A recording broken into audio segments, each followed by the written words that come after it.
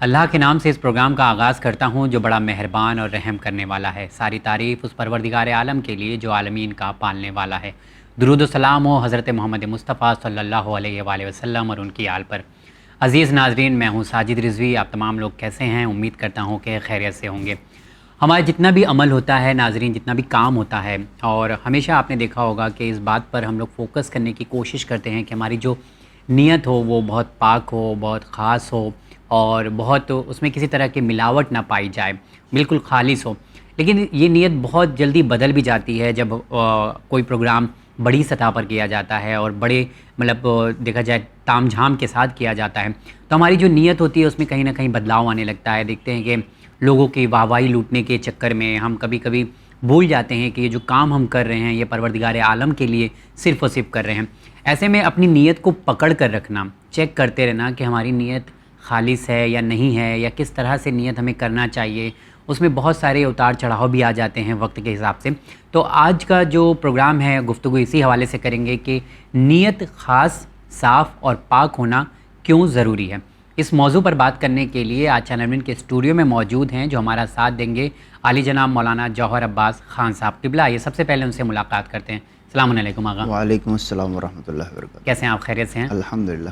آگا ہم لوگ اکثر علماء کرام سے سنتے رہتے ہیں کہ ایک اچھی نیت، صاف نیت، پاک نیت جو ہے بہت ضروری ہوتی ہے، لیکن ایکچولی جو نیت ہے وہی ہمیں کرنا نہیں آتا، وہی سمجھ میں نہیں آتا کہ نیت ہے کیا۔ اعوذ باللہ السمیع العلیم من الشیطان الرجیم، بسم اللہ الرحمن الرحیم، نحمدہ ونصلی علی نبیہ الکریم وآلہ الطیبین الطاہرین۔ دیکھیں، نیت جس کی گفتگو آپ کر رہے ہیں وہ ہے خلوص نیت، یعنی نیت کا خالص ہونا، ورنہ اصل نیت یعنی ارادہ، قصد، جو ہماری نماز میں یا دوسری عبادات میں ضروری ہے، وہ فی الحال ایک الگ چیز ہے اور ہے وہ بھی نیت ہی۔ اور جس کی بات ہم کرنا چاہیں وہ ہے نیت کا خالص ہونا، اور قرآن نے بھی اس کو خلوص کے ہی پیرائے میں ذکر کیا ہے۔ اور یہ نیت وہ ہے کہ جس کے بارے میں بہت مشہور و معروف حدیث ہے کہ انما الاعمال بالنیات لکل امرئ ما نوی، کہ اعمال نیت کی بنیاد پر دار و مدار اس کا نیت کے اوپر ہوتا ہے۔ اور اس کی وجہ نیت کے خالص ہونے کی وجہ یہ ہے کہ انسان کے اندر کسی بھی عمل کو انجام دینے کا جو موٹیو ہوتا ہے وہ اندر سے آتا ہے۔ تو جب تک آپ اس کو نہیں سدھاریں گے، اگر ایک انسان اچھا عمل کر بھی رہا ہے تو کب تک کرے گا اس کی کوئی گارنٹی نہیں، بالکل۔ اور اگر آپ مذہب کو مائنس کر دیں تو ایسا نہیں ہے کہ لوگ اچھے کام نہیں کر سکتے، کر سکتے ہیں، لیکن جب اس کے اندر سے وہ خواہش ابھرے گی تو اس کو کیسے دبایا جائے گا بغیر جب تک کہ آپ اس کی نیت کو ٹھیک نہ کر دیں۔ لہٰذا ہمارے یہاں ائمہ طاہرین نے بے شمار روایتیں اس کے اوپر، حتیٰ کہ چھٹے امام ارشاد فرماتے ہیں کہ ما ضعف بدن ما قویت علیہ النیہ، کہ اگر نیت کسی کام پر قوی ہو جائے تو پھر بدن کمزور ہونے کا بہانہ نہیں کرتا ہے۔ عام طور پر ہم دیکھتے ہیں کہ انسان کہتا ہے کہ بعد میں کر لیں گے یا فی الحال حالات ٹھیک نہیں، یہ تب بہانے انسان نہیں کرے گا جب انسان کی اپنی نیت پہلے سے درست ہو، اور یہ نیت اور مضبوط ارادہ، یہ مضبوط ارادہ آپ کو عمل سے پہلے کرنا ہوتا ہے۔ لیکن ہم جب دیکھتے ہیں جیسے نماز پڑھ رہے ہیں یا روزہ رکھ رہے ہیں تو ہم نیت تو کرتے ہیں کہ میں نماز پڑھتا ہوں، لیکن جیسے ہی اس ٹائم تک تو ٹھیک رہتے ہیں حالات، 1 سیکنڈ 2 سیکنڈ، لیکن اس کے بعد فوراً بدل جاتے ہیں۔ تو مضبوط ارادہ تو ہمارا ہے کہ ہم مسجد جا رہے ہیں، وضو کر رہے ہیں، جا نماز بچھا رہے ہیں، مصلی بچھا رہے ہیں، کھڑے بھی ہو رہے ہیں، اتنی زحمتوں کا سامنا کر رہے ہیں، کچھ لوگ پریشانیاں ہیں، کمر میں درد ہے، گھٹنوں کا درد ہے، لیکن جب پرفارم کر رہے ہوتے ہیں تو وہاں پہ بھی ایک ایگزامپل دے رہا ہوں میں، نہیں وہ والی نیت جو میں نے ابھی عرض کے دونوں میں فرق ہے۔ خلوص نیت اگر آپ کا چلا جائے تو کوئی بہت زیادہ مسئلہ نہیں، لیکن اگر نیت غائب ہوگی تو آپ کا عمل ضائع ہے۔ یعنی مثلا نماز پڑھ رہے ہیں آپ نے اللہ اکبر کہا اور 1 رکعت کے بعد اب آپ کو پتہ نہیں کہ آپ کیا کر رہے ہیں، تو آپ کی نماز وہیں سے باطل، اس میں کوئی دو رائے نہیں ہے کہ آپ پھر سے کنٹینیو کر لیں۔ اور یہ اس پر ہمیں دھیان دینا چاہیے۔ بہت سارے افراد اس کا کرائٹیریا پوچھتے ہیں کہ نیت کیا ہے۔ نیت یعنی آپ کو معلوم ہونا چاہیے کہ آپ کیا عمل کا انجام دے رہے ہیں، یعنی کہنے کی ضرورت نہیں ہے کہ نماز میں پڑھتا ہوں 2 رکعت واجب قربتاً اللہ، آپ کو معلوم ہونا چاہیے کہ 2 رکعت نماز پڑھ رہا ہوں، جماعت سے پڑھ رہا ہوں، فرادہ پڑھ رہا ہوں، کیا ہے، اور اللہ اکبر کہا تو اللہ اکبر کہا تو آپ کو یہ معلوم ہونا چاہیے آپ کیا کر رہے ہیں۔ اور اس کا سمپل سا طریقہ ہے، اگر کوئی آپ سے پوچھے کہ آپ کیا کر رہے ہیں تو آپ فوراً بتا سکیں کہ میں نماز پڑھ رہا ہوں۔ لیکن اگر ایسا نہیں ہے، بعض اوقات ہوتا ہے کہ انسان سمجھ میں نہیں آتا کہ میں کیا کر رہا تھا، کون سی رکعت، پہلی دوسری رکعت میں کریں گے انسان ہے تو شرعاً آپ کو پھر سے پوری نماز پڑھنی پڑے، تو وہ فی الحال وہ پیورلی نیت کی بات ہے. نیت یعنی ارادہ, قصد. لیکن یہ جو ہم جس نیت کی بات کریں خلوص نیت, خلوص نیت دیکھیں یہ ہیومن سائیکی ہے, اس کو آپ 100% تک نہیں لے جا سکتے. یہ صرف ائمہ طاہرین یا معصوم امام معصوم ہی کر سکتے ہیں کہ وہ اپنے تھرو آؤٹ پورے عمل وہ ذرا بھی ادھر ادھر نہ ہو. ہمارے لیے یہ کوشش کرنی چاہیے کہ ہم اپنے اس خلوص نیت کا جو ڈیوریشن ٹائم پیریڈ ہے اس کو بڑھائیں, 0 تک نہ آ جائیں یا 1-2 سیکنڈ تک نہ رہیں.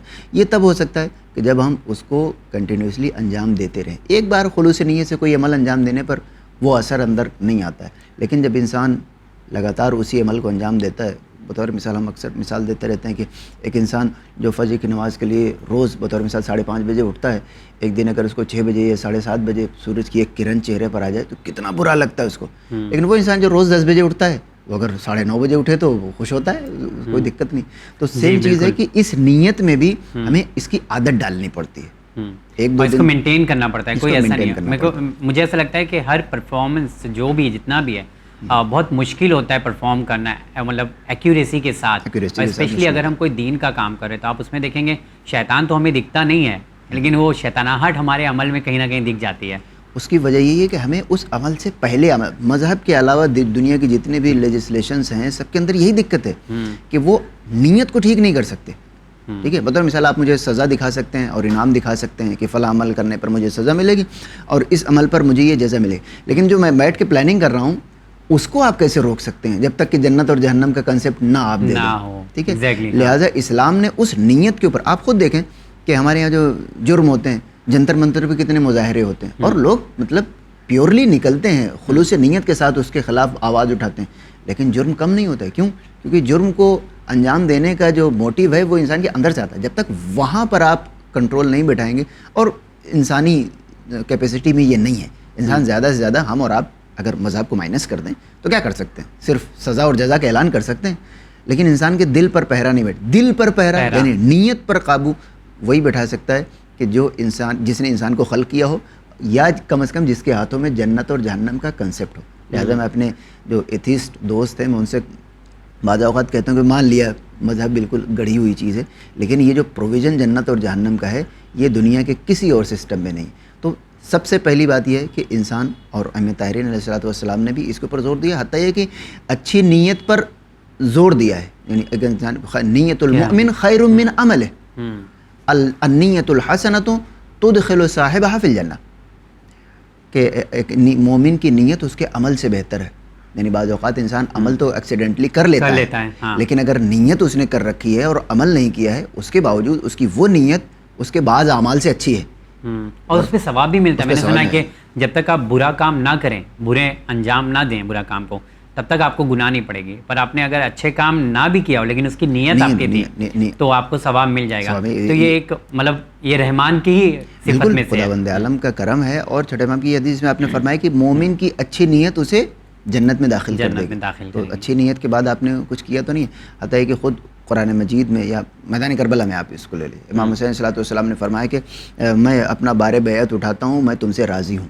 ٹھیک ہے, کیا کیا تھا انہوں نے شب عاشور, امام حسین کے اصحاب نے کچھ بھی نہیں کیا تھا, حتیٰ کہ وہ عبادت بھی نہیں کی تھی ابھی کہ جو بعد میں ساری رات امام حسین کے اصحاب نے عبادت کی. وہ اس وقت کس بنیاد پہ کہا کہ تم جاؤ میں تم سے بار بیعت اٹھاتا ہوں, اسی نیت کی بات. تم نے اپنی نیت کو خالص رکھ کر یہاں تک پہنچا لیا, ابھی باقی تمہیں کچھ کرنے کی ضرورت, بلکہ میں گارنٹی لے رہا ہوں, میں گارنٹی لیتا ہوں. اور بہت ساری امام حسین صلی اللہ علیہ وسلم نے کیا کہتے ہیں اس کو, ان کو بہت ساری چھوٹ دی ہے جو دوسروں کو نہیں تھی. میدان کربلا کے باہر یا حتیٰ کہ اندر جس نے حلم ناصر کی آواز سن لی اور اس نے امام کی مدد نہیں کی وہ امام کا دشمن شمار ہوگا, لیکن ان کو امام کریں کہ آپ جا سکتے ہیں. کون سا عمل انجام دیا انہوں نے؟ صرف نیت. لہذا نیت خالص ہونی چاہیے. جیسے آپ نے ابھی کربلا کا ذکر کیا نیت کا, تو میں مطلب یہ جاننا چاہتا ہوں کہ ہم سبھی لوگ چاہتے ہیں کہ جو ہے اس وقت مطلب ایک خواہش ہوتی ہے نا کہ کاش ہم لوگ اس وقت موجود ہوتے, کربلا کے شہیدوں میں ہمارا بھی نام ہوتا یا ان جیسی صفت ہمارے اندر بھی تھوڑی سی آ جائے.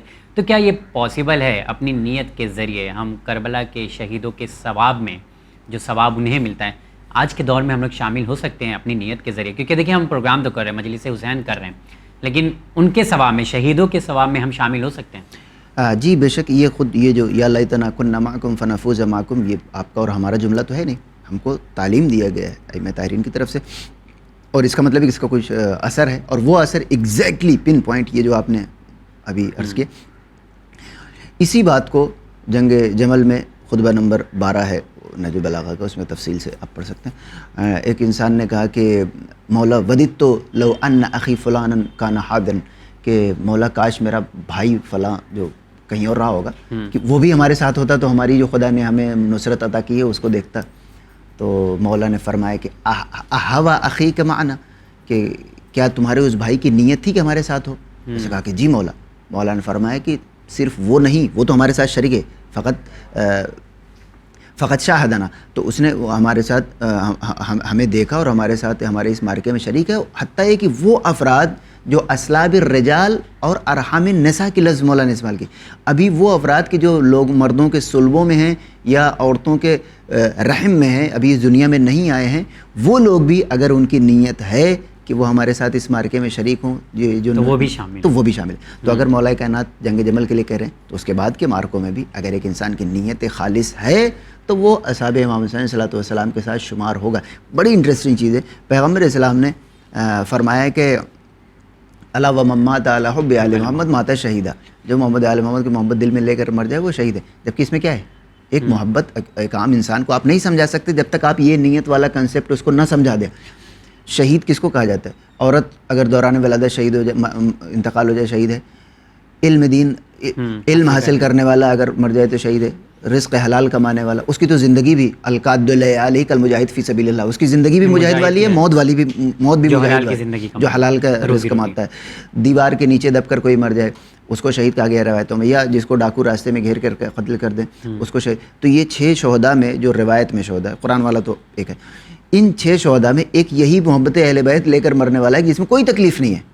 اب اور فرمائیں بقیہ 5 میں تکلیف ہے. اس کو کس بنیاد پر پیغمبر اسلام شہید؟ اور نہ صرف شہید، ماتا مغفورہ، ماتا تائبہ، ماتا ولم یکن علیہ ذنب، ماتا وفتح فی قبرہ بابان الی الجنہ یزف الی الجنۃ کما تزف العروس الی بیت صاحبہ. اس کی قبر میں 2 کھڑکیاں کھل جائیں گی جنت کی طرف اس کو ایسے لے جایا جائے گا جیسے دلہن کو اہتمام کے ساتھ اس کے شوہر کے گھر کی طرف. یہاں تکلیف نام کی کوئی چیز نہیں نظر آ رہی، اور اپنے گھر میں بیٹھے ہوئے آرام سے اے سی میں سو رہے آرام سے. تو میں بھی کبھی تکلیف ہو، لیکن جنرلی اگر پیغمبر اسلام نے کہا ہے تو اس کا مطلب کہ اگر میں محبت اہل بیت اپنے دل میں رکھ کر ایئر کنڈیشن روم میں مر جاؤں تب بھی شہید ہوں گا.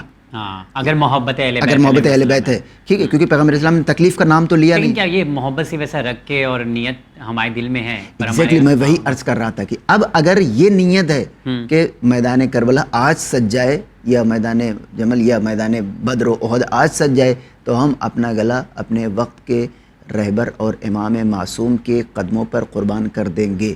تو صرف اس بنیاد پر آپ کی اس نیت کو ڈاؤن پلے نہیں کیا جا سکتا کہ آج وہ موقع نہیں ہے.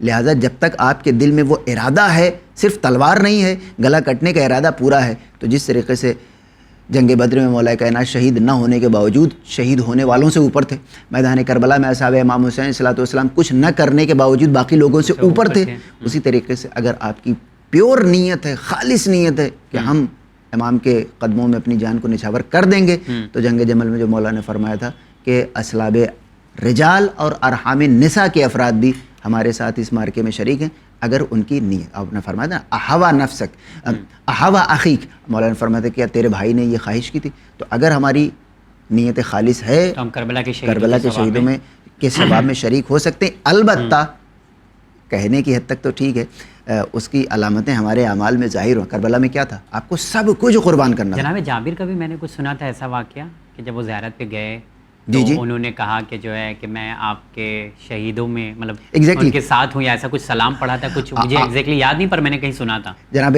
جابر ابن عبداللہ انصاری وہ بہت زیادہ اس کے سارے الفاظ معتبر نہیں ہے، لیکن خود ان کو اس بات کی بشارت پیغمبر اسلام نے بہت سال پہلے دے دی تھی، اور حتیٰ کہ امام حسین صلی اللہ علیہ وسلم کی موجودگی میں ہی دی تھی کہ جب امام حسین صلی اللہ علیہ وسلم کہا میرے اس فرزند کے ایک فرزند کو تم پہنچو گے جس کا اسم اور جس کی شمائل یعنی جس کے صفات میری صفات جیسی، جس کا نام میرا نام جیسا ہے.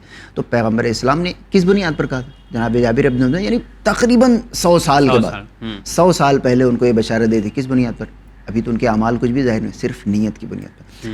حتیٰ یہ کہ خود پیغمبر اسلام نے اپنے زمانے میں، آپ سوچئے کہ 2 افراد نکلتے ہیں میدان جنگ میں شہید ہونے کے لیے، ٹھیک ہے، ایک کو کہا جو زندہ واپس آ گیا اس کو کہا جاتا ہے غازی، جو مر کے آیا اس کو کہا جاتا ہے شہید. تو غازی نے کیا کیا ہے؟ کچھ بھی نہیں کیا ہے نا، پھر بھی اس کے باوجود اس کو غازی کہا جاتا ہے. کیوں؟ کیونکہ گیا تو وہ بھی تھا مرنے کے لیے.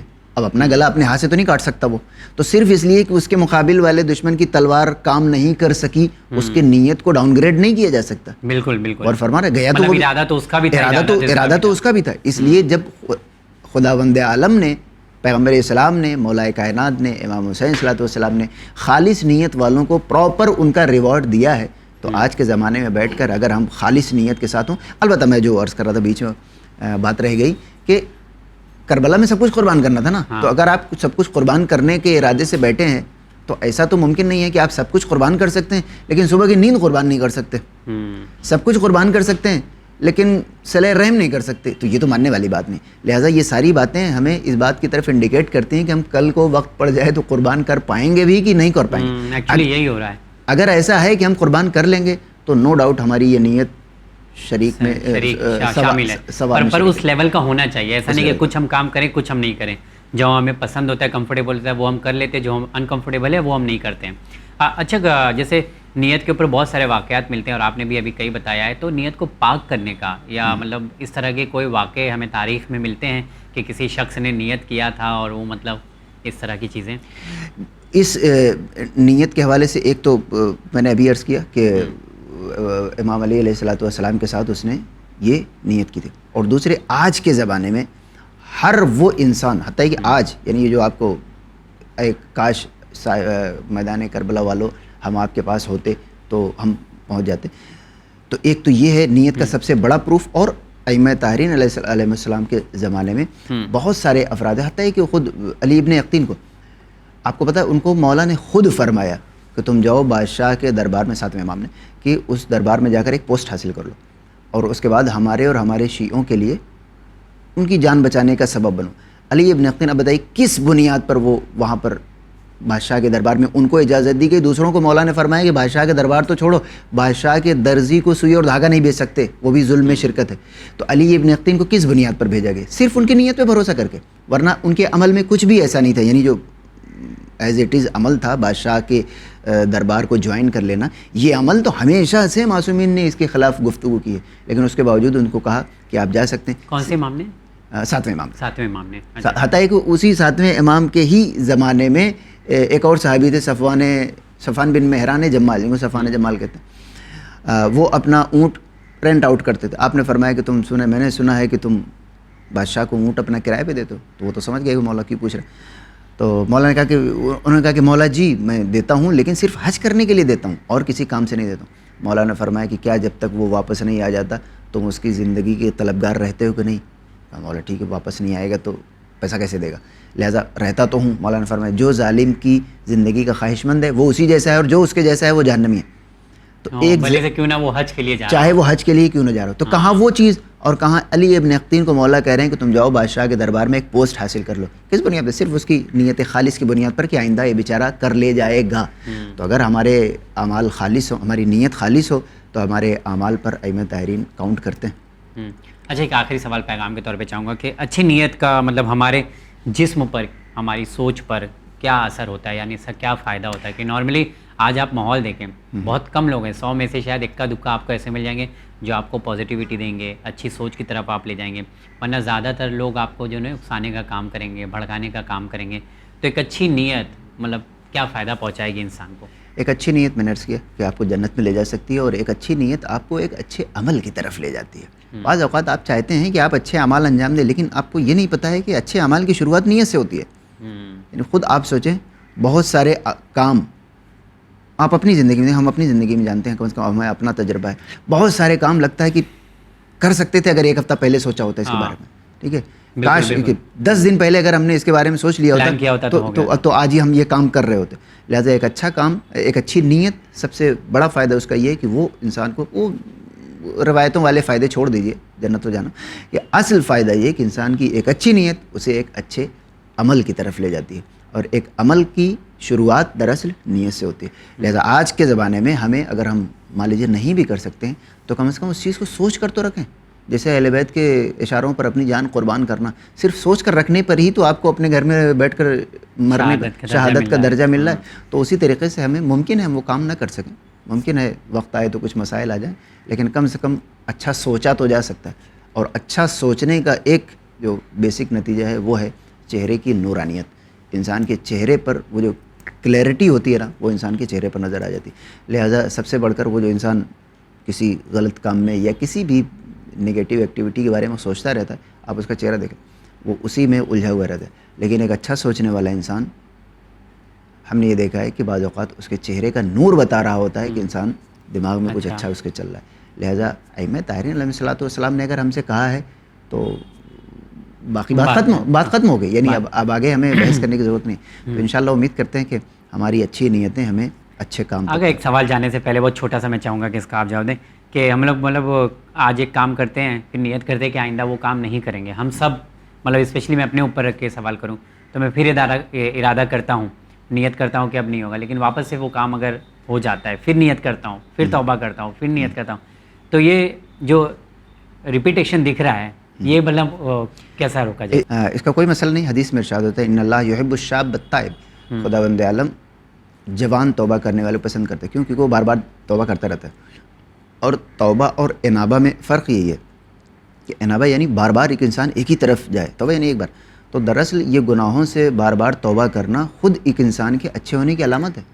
اور اگر ایسا ہوتا کہ آپ 10 بار کیا 11ویں بار توبہ نہیں کر سکتے تو منع کر دیا جاتا. لہذا خداوند عالم نے ہر بار توبہ قبول کرنے کے لیے توبہ کا دروازہ کھلا رکھا ہے, صرف اسی لیے کہ وہ اپنے ہمارے ماں باپ سے زیادہ, ہمارے ماں باپ کی بھی ایک لمٹ ہے. اگر آپ سوچیں تو ایک لمٹ ہے, اس کے بعد وہ آپ نے اگر 1000 بار وہی کام ریپیٹ کیا تو ایک دن وہ ناراض ہو جائیں گے. لیکن خداوند عالم نے تو اس چیز کو خصوصاً نوجوانوں کے لیے جو سوچتے ہیں کہ روز وہی کام کرتا ہوں, روز توبہ کرتا ہوں, نہیں, آپ روز توبہ کریں. نہ جانے کون سا توبہ قبول ہو جائے اور نہ جانے تائب کمل لا ذنب علیہ. ایک انسان نے اگر صدق دل سے توبہ کر لیا گویا اس کے اوپر گناہ نہیں ہے, تو وہ جو پچھلا جس کو آپ سوچ رہے ہیں وہ تو مٹ گیا.